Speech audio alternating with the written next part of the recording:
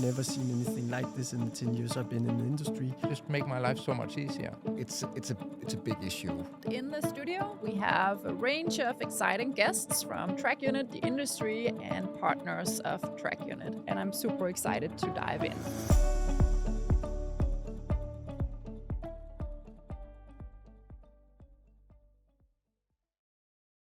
Welcome, everyone, and thank you for joining the session here where we are exploring how AI is shaping construction. My name is Lærke Ullerup. I'm Trackunit's Chief Product and Marketing Officer, and I'm discussing a range of topics related to AI. And today we're zooming in on the workforce challenge. And to discuss this topic, I am having the great company of Søren Brogaard, Trackunit's CEO, and just starting out here and looking at society in general, we see huge labor shortages in many industries, and specifically for construction. This is really a major challenge in terms of ensuring that we have the right talent, the right people to do the job, and also being able to attract and retain talent with diverse capabilities. But could you talk a little bit more about how you see this situation and also what is the connection to AI here? So thank you for being here, and it's a big issue. If we just start with the core sort of tech skill and tech expertise, we can sort of move it into some of the other disciplines as well. If we look across the industry right now, just across the top Trackunit customers, we have 200 plus open IT and tech positions. So clearly, construction is one of those industries that have a super hard time attracting the talent. On the other side, I'm also seeing it changing because especially young people and tech talent are attracted by the fact that there's a big problem to be solved in construction. At Trackunit, we are laser focused on eliminating downtime. And if you just unfold elimination of downtime, you have clearly the machine and keeping the machine running and having the right spare parts and utilization, all the great things that we do with our product. But there's also the environment, there's business models. There's actually also having the right people on the bus and attracting the right people. So downtime comes from many, many sources. And if you double click on that broader scale problem, that actually becomes attractive. And without going too much into solution mode now, we also know why people don't join industries, and a lot of research has been done in this space here, is that if you don't believe in the mission, if you don't see something that is exciting, some people call it a purpose, then it's hard to attract people. If you give people a workspace where they don't feel a right level of belonging, they're not part of a team, or if they're not allowed to make decisions, or they're being asked to work on things where they can't really use what they're really good at and work on their master of trade, they leave if they even join.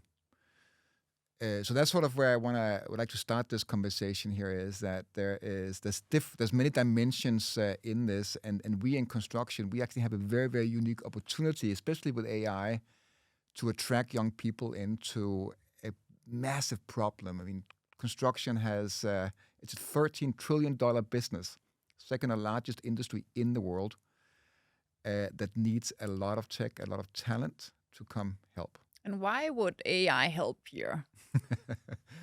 That's a really good question. I think AI is one of the answers to dealing with complexity and also infusing knowledge, domain-specific knowledge that sits in our data lakes, in our large language models, that can infuse this level of, you could say, expertise. Some people call it a co-pilot or an agent that can sit alongside with someone who just came out of college that is sitting with a big job that usually would take 20, 30 years of training to go do. You can now be proficient at a certain level. Of course, there's always differences, but the amount of knowledge infusion and pace of learning that can be inserted gives us a lot of hope. Yeah. So I completely agree here, and it's interesting to see how these shifts on digitizing the industry and the companies makes it more exciting for the younger generation to join.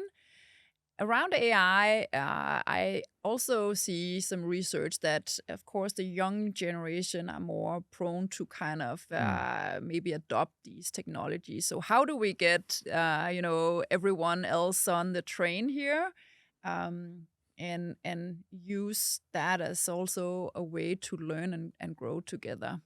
Yeah, I think it starts with us being better at you could say selling the problem and being much more open. You're actually starting to see some of that with the large OEMs. I think it was Caterpillar, and if I'm not mistaken, Toyota, who was actually promoting the industry and their business at some of the tech conferences in Las Vegas for consumer electronics, just to get the next generation excited about construction machines and everything that is going on. So, I mean, there are iconic companies out there who have infused the thinking around the products and the problem and the purpose that they're trying to go for in a very, very young age. So that's at least one perspective. And you also see that what used to be considered iron and steel industry now, transforms into being like really sophisticated equipment with advanced technology, almost like a big control room. And, you can manage the equipment also from the distance with a digital twin. Is that also part of this shift here in terms of propelling the industry forward? There's so many exciting technologies and things that our customers and the ecosystem is experimenting with. So 100%. I think at the core of all of this is how we run our companies. It's how we think about our employees. It's how we create opportunities for employees to go beyond what they thought were possible, and it many times does it come back to us as senior leaders that give our people the opportunity to explore dimensions that are unheard of in other industries. At Trackunit, we sit in a very unique position to help solve problems that are addressed by rentals and contractors and OEMs, and allowing our people to go in this industry and see the ecosystem from within, explore a week with a rental firm or go deep, work for 6 months at an OEM, and sort of see the problem from multiple lenses and try to get the perspective of the industry and not just one vendor or one customer, I think is very, very unique. And I haven't yet met a customer who's not willing to invest in these type of explorative opportunities for the next generation. And when we think about the role that AI plays in this setup, sometimes we are presented with a fear that AI might steal our jobs or, change industries. It's clear that construction is really in this need of more workers, more talent, more people.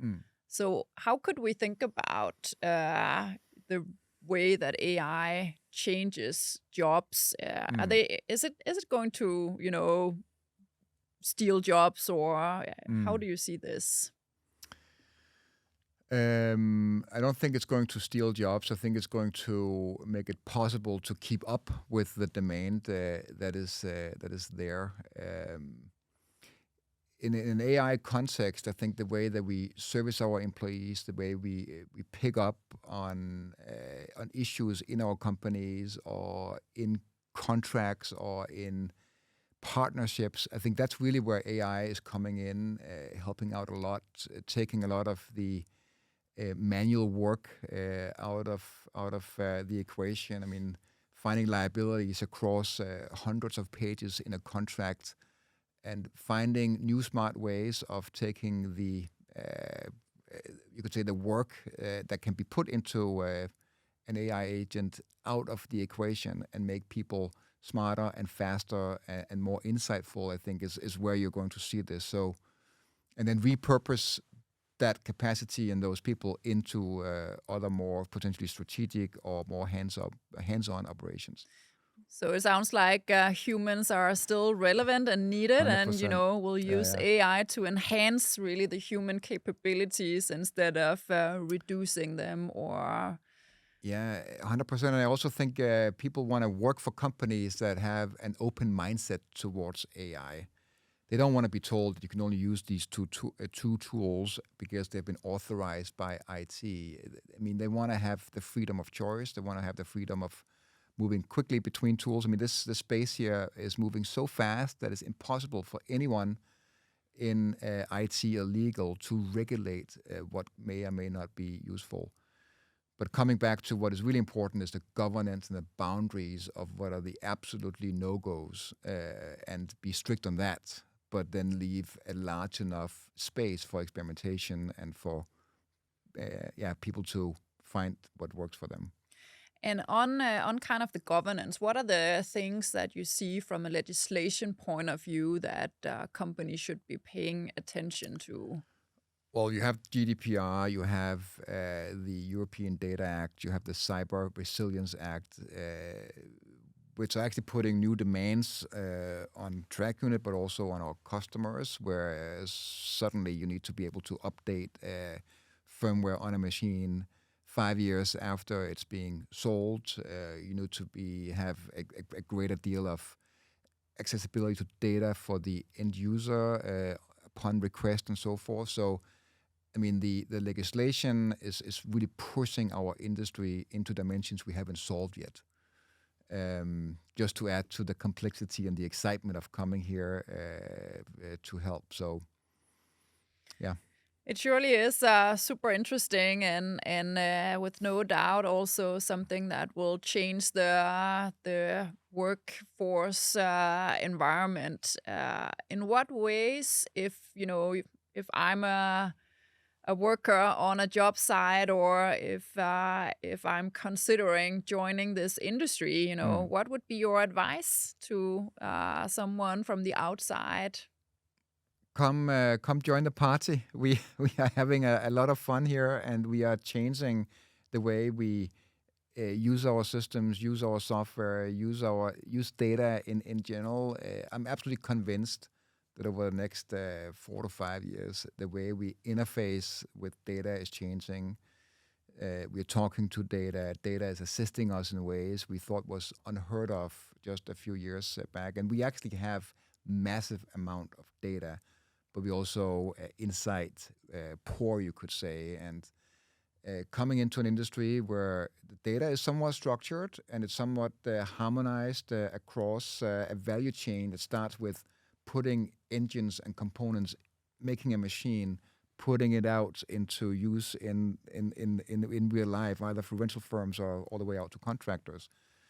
That entire value chain, every one of the participants, and just talking in Trackunit sense, 5,000 plus customers, all have a digital ambition to fulfill. And all of them require their vendor and their customer to help them get there. That's actually pretty unique. There's actually very few, you could say, islands or unique sort of setups that doesn't require collaboration, ecosystem dynamics for this to go, for this to happen. So being part of that ecosystem is super exciting. Amazing. There's so much potential out there for both productivity gains and making people both smarter, more creative, and also for attracting the next generation and really leverage all of these technologies around AI and data. So thank you for, helping us understand where this is all moving. Thank you, Søren, for unfolding this topic with us. And thank you to everyone watching here. We will be back with more episodes soon. So have fun. See you out there.